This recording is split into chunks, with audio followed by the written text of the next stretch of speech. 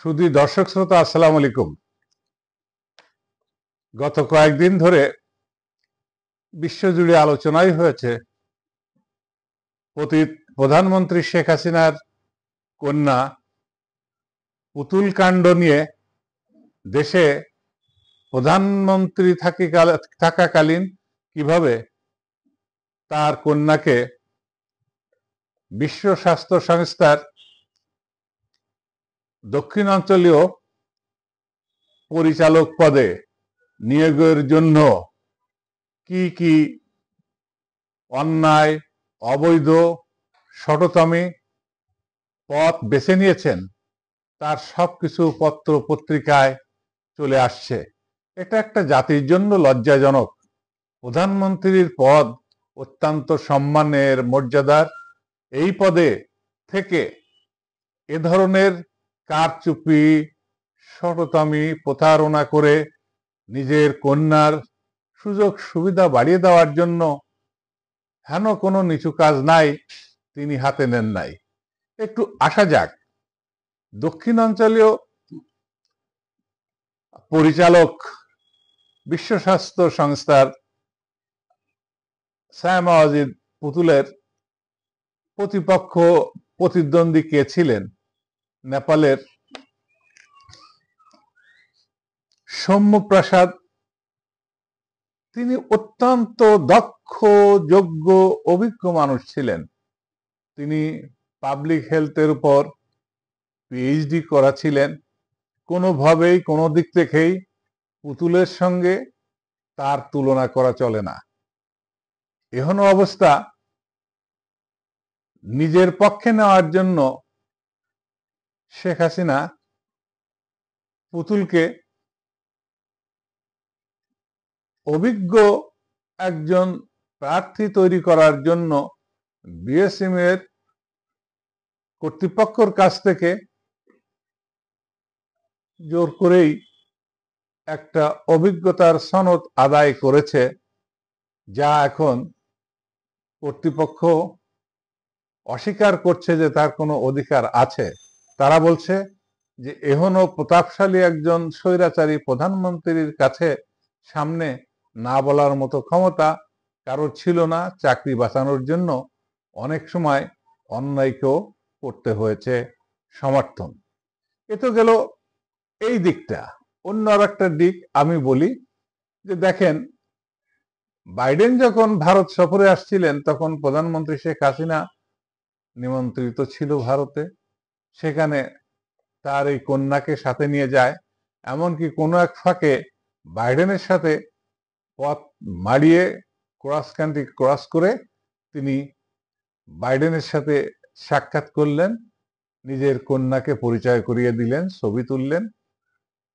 সেখানেই শেষ নয়, তার কন্যাকে এই পদে অধিষ্ঠিত করার জন্য ভারতকে লবিং এর হাব তৈরি করলেন। নরেন্দ্র মোদীকে তিনি আস্থায় নিলেন। তারপর বিশ্ব স্বাস্থ্য সংস্থার গ্লোবাল হেলথ কভারেজের টিম লিডার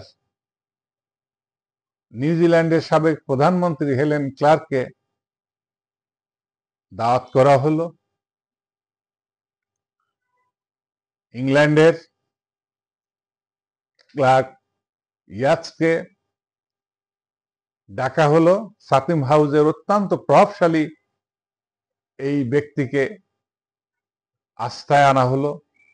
তারপর আরো কত কি বুদ্ধি এলো। বিশ্ব হেলথ কভারেজ দিবস উদযাপন হবে ঢাকায়। সেই উপলক্ষে এই সমস্ত ডাব্লিউএইচওর প্রভাবশালী কর্মকর্তাদের ডাকা হবে, তাদের প্লেনে আনা হবে, 5 তারকা হোটেলে রাখা হবে, আপ্যায়ন করা হবে, নামি দামি সমস্ত গিফট দেওয়া হবে। তারপর আমাদের দক্ষিণ অঞ্চলে ইন্দোনেশিয়া, মালয়েশিয়া, ফিলিপিন্স, ভারত, যত রকমের সদস্য দেশ এখানে আছে, তাদের সকল হেডকে ঢাকা এনে 12ই ডিসেম্বর বিশ্ব স্বাস্থ্য কভারেজ দিবস উদযাপন করা হলো।